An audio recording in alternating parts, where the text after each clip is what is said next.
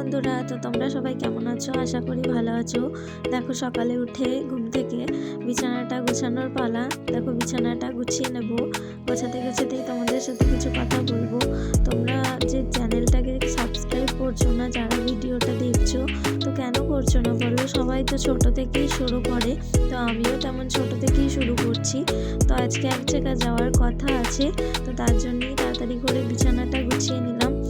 New bed cover বানালাম, তাই বালিশের কভারগুলোও পরিয়ে নিচ্ছি।